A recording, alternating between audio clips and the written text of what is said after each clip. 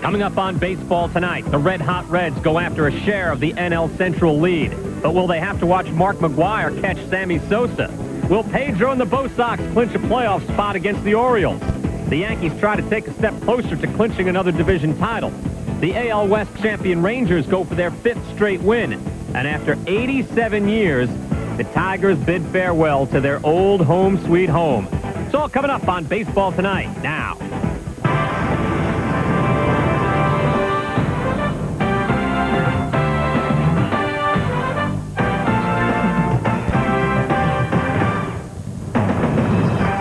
Hi, everybody. Welcome aboard. Baseball Tonight. Brian Kenny, Peter Gammons, Harold Reynolds.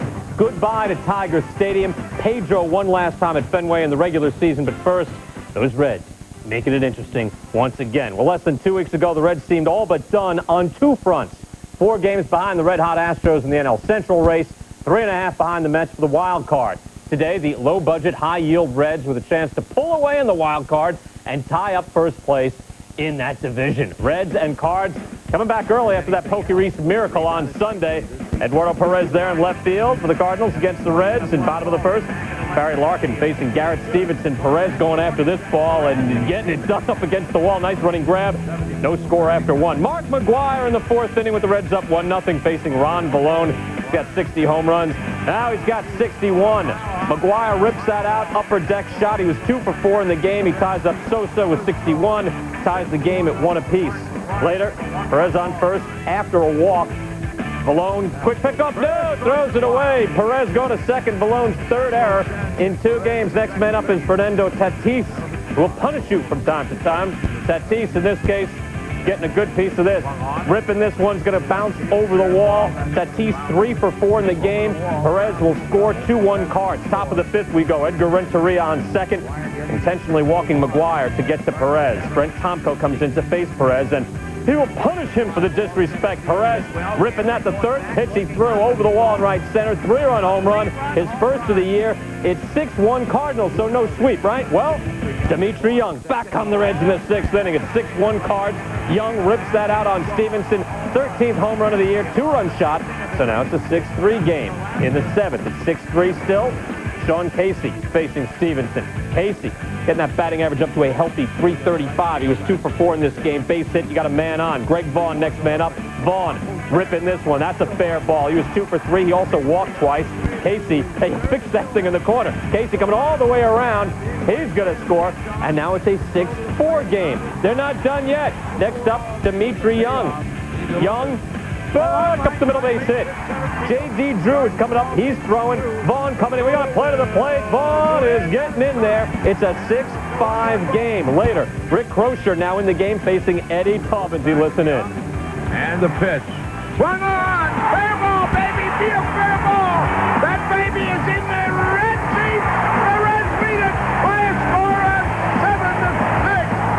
7-6. 2-run home run. Taubensee's 21st of the year. Then Tatis at the plate. Look at this, Harold. Sweet by Pokey, running it down. The Reds' defense has been just tremendous. We'll talk about that a little bit later. That's incredible range. He's at the 40-yard line out there. Still got the grid out there. Mid-time, back up the middle. Young with the bases loaded against Mike Moeller. 1 run will score. 0 runs will score. Young 3 for 5, 5 RBI. It's a 9-6 game. McGwire later in the 9th checks his swing. Reds with the shift on, and the ball falls in. So now it's a 9-7 game. J.G. Drew is in. But Eli Marrero, Dennis Reyes, he struck him out. 9-7 Reds. This after being down 6-1, said Barry Larkin. Special things happen for special teams, and the Reds with their $33 million payroll, almost $20 million less than Houston, tied with Houston, $30 million less than the Mets, extending their lead over New York. Reds winning 6 of 7 as they get ready for the trip to Houston. The way the guys battle back, down 6-1, this is supreme comeback, no question about that. It looked like, I know probably 28,000 people felt we were dead in water, but these guys bounced back, couple here, couple there, and before you know it, Tobby puts us out in front, and once that happens, forget it. Oh, it feels great. I mean, especially go down 6-1, and it's tough to get a sweep anybody, let alone, 4 games against the Cardinals. So this feels great, and, it feels great to get that last win, our last home game with the home crowd there, and hopefully there's many more home games come. Oh, it seems like some teams come back more than others. If you're thinking about the Reds, no coincidence. 45 comeback wins now for Cincinnati. Makes it even up for second best in the National League. And even with the two teams they're battling, the Astros and the Mets, the Braves well out in front in that category in the National League. Here's the updated NL picture. Reds and Astros tied for the lead in the Central Division. Reds lead the Mets now by a game and a half in the wild card. That begins tomorrow at the Astrodome. We got good starting pitching, and we got Lima going and Hampton going, and look what they've done this year. And if starting pitching, good pitching can shut down a good offense. They got a great offense, so let's hopefully we can do that. We're ready for this series. It's a big series. I think the last couple of years, winning the division early like that, maybe kind of had a little letdown, and we wasn't really where we needed to be going into the playoffs. I think this year with these two games, if you split with them, you still got 3 games left. If you beat them twice, it still really doesn't matter because you got 3 games left, and anything can happen. So the Mets and Braves start 3 at Shea on Tuesday. Reds and Astros head-to-head, getting to settle it like men. Peter, what do you see going into this series now? Well, first of all, this is the best series of the year right now in Houston. But what's amazing is just how the Reds are just doing everything right at the right time. They've hit more home runs in the month of September than any year since 1956. And today, McGuire hits the ball into the red seats. The 29th ball ever hit in the red seats in Cincinnati. Bam, Talvin does it too. They have been red hot. What's going to be fun is seeing Pete Harnisch. They gave him a start off because he's had some shoulder problems. Missed a start to go into Houston. Last time they did that at the All-Star break, 7 starts, he went undefeated. Steve Parris, the former minor league free agent, 11-2, who threw a 1-hitter for 7 innings in Houston when they swept them. I think this is really getting contagious. And what's amazing to me about this, Harold, is that the Reds absolutely now believe they're going to win. Well, they really do, and it's the way that they win. They play such a complete ball game. They'll beat you with the speed, they beat you with defense all the way around, and that's why they've been so consistent. They got a deep bench, and they continue to do great things. Listen to all the guys that steal bases. Aaron Boone, 16 bags. Michael Tucker, 11. Barry Larkin, 30. Pete Pokey Reeves, 33. Mike Cameron, 37. Greg Vaughn even added 15. They got 7 or 8 guys that will run on you. But the biggest thing has been consistency on defense. Make the routine plays. They filled 983. It's the second best in the majors. And ask anybody, you give a team 27 outs, you got a great chance to win, and that's what the Reds do. And on top of that, their pitching has been just outstanding. Their bullpen leads the majors in ERA, and then the starters have really been solid down the stretch here. Picking up this young man right here, Guzman, has just lifted the whole ball club. He gives you innings and he gives you depth.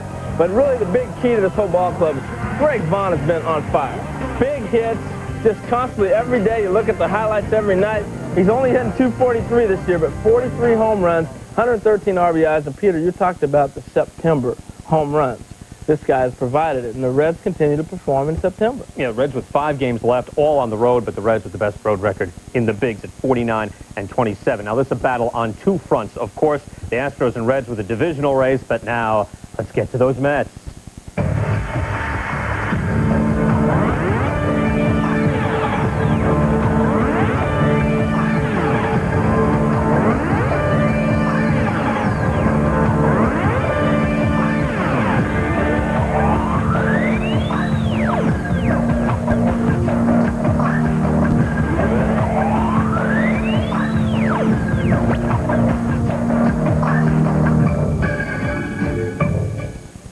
What a nightmarish vision that was. As bad as it is, though, for the Mets, the Phillies of 64 still setting the standard. The collapse for both, though, starting the same day, September 21st. Phillies led the National League by 6.5 games, then lost 10 in a row. Ended up winning the last 2, but too late. Mets are on pace for that, losing 6 straight as they get ready for 3 with the Braves. The Mets 3.5 up only a week ago, now a game and a half back, Peter.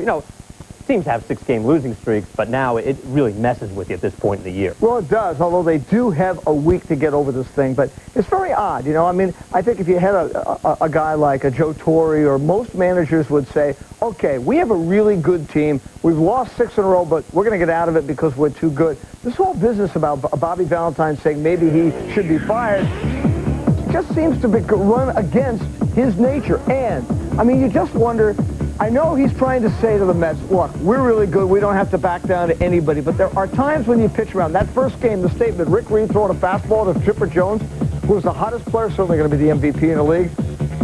You pitch around Chipper Jones, most people would. and they end up doing the same thing later in the game. They take out Turk Wendell, bring in Dennis Cook to pitch to Chipper. I mean, I don't want to hear about he hits better left-handed. He didn't hit one time left-handed in his life till senior year in high school. And they did the same thing on Wednesday with Oral Hershiser. Now, Oral can make his own choices, and I don't knock Bobby here for this, but in this situation, you know, Jim Palmer always pitched around the guys he didn't want to face. Tom Seaver pitched around the guys. It's a game of percentages, and they took themselves out of percentages. And here, Bobby Abreu, who had an absolutely great year, is at the plate. You don't have to pitch to Bobby Abreu in this situation. Well, they did. He lines the ball down the right field. Was second in the league in hitting, having a great year. And then Sunday, the same thing with Rico Bronya. I mean, I like Kevin Jordan. I mean, he's a nice player, but Rico Bronya has been a Mets killer. It's that kind of thing. Now, my question, Harold, is does it kind of say to players, all right, we're a little nervous, we're not going to change anything?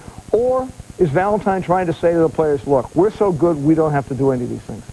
Well, I don't know. It's kind of a catch-22. I think what dictates it is how you're playing the game. And nothing has to be said. It's the way they've been playing the game. They play so much station-to-station baseball now. They're not the aggressive Mets in the beginning of the year. We were talking about Cedeno and Ricky Henderson and Alfonso on the bases causing havoc, and then all of a sudden you got Ventura and Piazza and Olerud getting pitches to hit. That's not the same team that we've seen through this stretch. I think if the Mets get back to playing that type of ball, then they got a chance to get back into things. One thing Maury Wills told me early in my career, he said, when you quit running, you yourself become, as a hitter, you don't get the pitches to hit because they're not afraid to walk you. All of a sudden that 2-1 fastball becomes a 2-1 breaking pitch, and now you're down in the count. So you have to continue to run. It affects everybody in the lineup. And I think that's what's happening with the Mets. I think they still got a chance to come back, but they got to go ahead and turn around now. I agree, but I do think that they can turn this thing around. I don't believe that this thing is over. And I think Houston, which is battered up and going home having lost 7 out of 10, is also very worried about what's going to happen. I really believe somebody is going to be playing next Monday. Hey, it was a week ago, Harold was sitting out here and you're saying, hey, you know what, the Reds not done. You know, I mean, just to look at the math with 12 left, 3.5 outs. So the Mets clearly not done yet. 6-game losing streaks, they happen, but you tighten up a little bit. You get in that situation. Meantime, one of the division leaders going in tonight in the National League, Diamondbacks and the Rockies picked that one up. This is the first of 3 at Coors. Arizona winning 5 straight going in. Hang the banner high. Greg Colburn in the first inning, facing Brian Bohannon. Chopper, Aspinall Castilla try to get that. It wouldn't go. Colburn in with a double. Hanley Frias, good hustle here, Harold. Well, you got it. The ball's in front of you, so anytime the ball's in front of you, you can make those decisions. You don't have to worry about a coach. You see, he doesn't look to third base. He's looking at left field, and you can determine if you can get there or not. Next man up is Jay Bell. Bell grounded her short, so Frias is going to score now, and the Diamondbacks take a 1-0 lead. A small thing, but you get a run out of that. Second inning, runner on second, no out. Vinny Castilla getting a piece of this. Everybody in the pool. 2-run home run is 32nd. 99 RBI on the, you're not quite in the pool, but close. Rockies up on top. It's 2-1. Bernard Gilkey facing Brian Bohannon. Men on second and third. Rips that down the line. 1 run will score. 2 runs will score. Arizona taking a 4-2 lead. Diamondbacks now up on top, looking to extend a winning streak, and they lead it 8-3 in the top of the 6th inning. Greg Colburn 3 for 3. He's hitting .323. Needs a home run for the cycle. They are playing with so much confidence right now. When you wrap it up early, and everybody's been involved with this team the whole year. Buck's done a great job of keeping everybody involved, and that's why their momentum continues to stay. And they came home last night. There were 15,000 people to have an impromptu rally. They got up on some patio near a restaurant and got cheered after they got home. That's terrific. That is great stuff. The Braves with the best record of the National League going into the night. Atlanta 3 games up on the Diamondbacks in the loss column. Going into Tuesday, just 6 games left. Braves with 3 at Big Shea, then 3 with the worst team in the league, Marlins. Diamondbacks have 2 more with the Rockies after this one, and 4 with San Diego to finish the year. Well, coming up here on Baseball Tonight, still the Bird after all these years. Mark the Bird, Al Kaline, and more, saying goodbye to another old ballpark, and just how much better is Pedro than the rest of the league and his own pitching staff. That's coming up here. And Sports Center coming up right after we're done. And Steve Young bring back 49er pride, Niners and Cards, midnight Eastern. Back to baseball after this.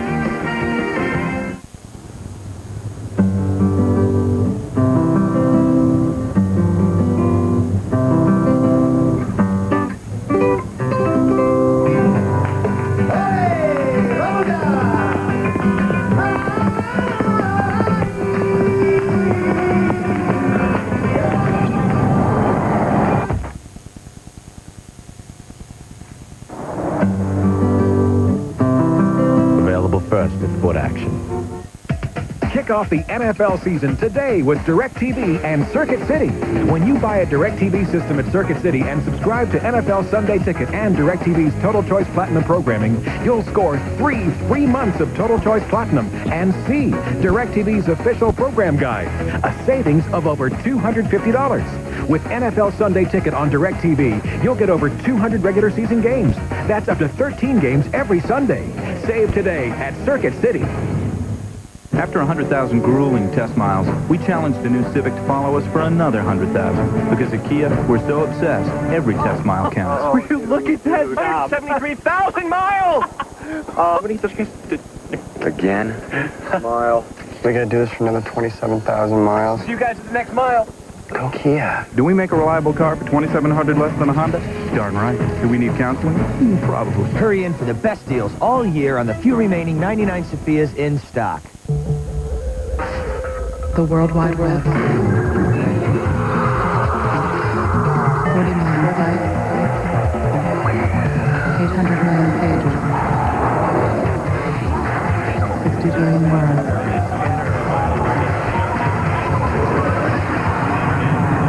And one search engine that prioritizes, categorizes, and organizes it into neat little folders.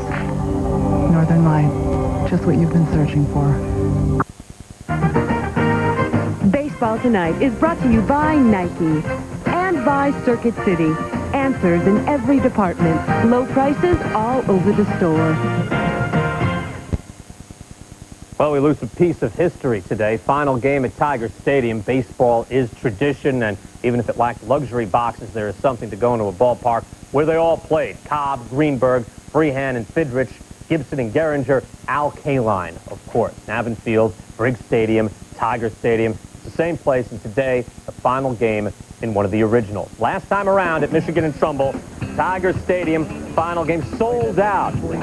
Fans are there in force. It was like an all-day party. Names are out there. They all played there. The magic of baseball. Al Kaline himself out there. George Brett showing up as well, exchanging the lineup cards. Wonderful to see. To the game itself, Ray Sanchez in the first with a liner to right. That's a base hit. And they're changing the balls. They're changing the bases. All hit balls put into a plastic baggie for safekeeping. They're going to make the most of this. Luis Polonia at the plate. And Polonia, first hit with the Tigers. Solo blast to right center. It's a home run park. 415 feet. 1-0 Tigers on top. Bottom of the seventh, Tigers up 4-2. Tony Clark wearing number 5 for Hank Greenberg. All players doing that. Puts one off the bat. Jermaine Dye here. Look at Dye. Oh, fully extended. Tell you what, Kel and Kaline love this in the booth. Harold's next job. That is tremendous. Look at the layout and Dye for this. Just giving the full-out effort. He's having a tremendous year, and Jermaine Dye is healthy. He's one of the best. Meantime, Gabe Kapler, representing Ty Cobb, had no number on his back there. A little tapper, throw in, no run scored, 1 out. Bases loaded for Robert Fick, and he got a good piece of that. This was really a magic moment, no doubt about the roof of Tiger Stadium. We're about that 71 with Reggie, 8-2 Tigers. Peter, another great moment at Tiger Stadium. Well, it is. I mean, you know, it's nice. Robert Fick is considered a pretty good prospect, but look at this. That's a classic Tiger Stadium pause. It's kind of like Kirk Gibson off Gossage in the That's a great shot. You know, the overhang there makes it feel like you hit the ball 900 miles anyway. Hey, Todd Jones had asked to be the last pitcher. He's on with 2 outs, and he struck him out. Carlos Beltran there ends the game. Tigers win it 8-2. Meantime, time to dig it up and celebrate history. Kind of a shame. After the game, legendary Tigers making their last appearance. The old park, Al Kaline, the great Tiger. Jack Morris, winningest pitcher in the 80s. Kirk Gibson out there as well. I was really watching this afternoon was an awful lot of fun, and give them credit for this at least. They go out in style. Vic with the good line in the box score, by the way, 1 for 2, 5 RBI. 42,356 there, a festive crowd to say goodbye. Since 1912, 107 million have taken in a ball game at Tiger Stadium, or whatever it was called previously. A very special afternoon. I mean, it was unbelievable intensity out there. I think it was, you know, like a playoff game atmosphere. So, yeah, it was a lot of fun. The crowd was great, and you couldn't end it any better situation than Fick did. So, you know, it was awesome. Mr. K-Line came up to me and he told me, he said, make history today, hit one out of here, like Norm Cashman. I mean, I got lucky enough to get a good pitch to hit, and I don't know, it's a good feeling, everything I've been through this year, to get back up here. K-Line said make history today. Yeah, and I got lucky enough to do it. A good friend. It's Mr. K-Line to you, kid. Right. Good job, too. Even at 440 to dead center as it is now, this is a park for home runs, double-deck bleachers, making it cozy, the ball flying into them. Nearly 2,000 more home runs hit in Tiger home games than Tiger road games from the very start in the Sam Wahoo Crawford days. Today's slam by Robert Fick. Well, today, we're talking all day. Harold, Peter, you guys, you have stories at Tiger Stadium, Peter. Well, I mean, listen, baseball does have a history, and the history is very important because everything is in the perspective of history. And I can remember shagging fly balls in Tiger Stadium and thinking, you know, I'm standing with Ty Cobb once. I was lucky enough to cover Al Kaline, who was maybe the most gracious player that I ever covered. But one of my greatest memories was a ball Kirk Gibson hit, a home run, I think it was 1984 off Mike Brown, and it cleared that transformer that Reggie Jackson hit in the 1971 All-Star game. It went 20 feet over that transformer across the street, and the greatest thing about it, Harold, was the next day in the paper. It was measured in terms of history because they said where it landed in the back of a lumber yard was 10 feet shorter than where Babe Ruth hit one in 1922. That's the part I love about those old ballparks. You get a chance to really see where the old guys played. Frank Howard was my hitting coach in Seattle, and every ballpark we'd go to, Honda would say, see up there, that's where I used to hit them. See these Brazos, that's where I hit the ball up there. Every time we go to a ballpark. So I had never seen a ball hit out of Tiger Stadium, and Hondo used to talk about balls he would hit. And I saw Larry Herndon hit a ball dead center, 440 off the top. Well, one day, Cecil Felder hits one out of the ballpark. It is the most unbelievable sight to be standing at second base and going, you got to be kidding me. That's going to, and I'm getting excited. That's going to go over the roof. And I'm supposed to be screaming against him. Oh, the comeback ball. That stands out in my mind. A lot of memories in Tiger Stadium. That's great when you can see it. And, you know, Commissioner Bud Felix said, you know, this is everything baseball should be. You know, kind of a shame. Well, you don't tear it up then. That's my feeling on that. You go to Comerica Park now. Players like Harold really will miss the pizza and the potato chips for the post-game meal in the visiting clubhouse. We've got more on Tiger Stadium coming up in a little bit here on Baseball Tonight. But coming up soon, it's those Yankees. They're close, but those pesky Devil Rays making it tough. Can Hideki Irabu get the series split? We're back after this. Yeah, hi. I need to transfer... Welcome to Old World Canterbury Village. With 18 shops on 21 acres, it's an exciting adventure in a unique old world setting. Stop by the new Canterbury Arcade for the best in classic games and the latest in arcade action. Visit Canterbury Toy World, a wonderland of unique toys, educational games, books, and crafts to excite your child's imagination. Spend the day with us at Old World Canterbury Village. Call 248-391-5700. In Lake Orion, just 3 miles north of Great Lakes Crossing on Joslyn Road off I-75, exit 83. Start something different. Test drive the new Oldsmobile Alero and experience the drummy difference. What is it? Low prices, huge inventory, great service, and we'll bring it to you. That's right, Drummy Olds will even bring the new Alero to your home or office. Let us earn your business. Start something different. Come and experience the new Alero by Oldsmobile and experience the drummy difference. Call 810-772-2200. Drummy Olds on 8 Mile Road at Gratiot. To the Kingdom to take on the Seahawks. It's ESPN Sunday Night Football. So you saw the car coming down the street. Shut up! How fast was it going? Shut up!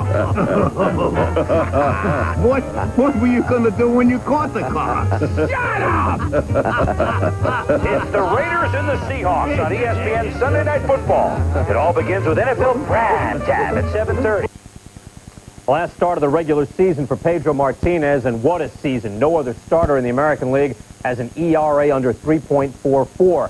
Pedro is more than a full run below that at 2.11. He already has 300 strikeouts. No one else in the league has 200. A year of dominance in an era completely geared toward offense. Both Sox and O's. Pedro trying to finish up at 23-4, taking on Albert Bell. Man on third, 2-1 count. Bell up there, and Pedro got him in the inside corner. Next pitch, Harold. Well, it's just another fastball. This is the exploding fastball Pedro has. Look at the different angles. Here's Ryan Miner. He dropped down on him right there, and then he comes back and throws a nasty curveball. He had the curveball, the changeup. Look at that fastball explode up and in on Albert. The one thing that Pedro does better than any pitcher I've seen this year is he exploits each hitter's weakness.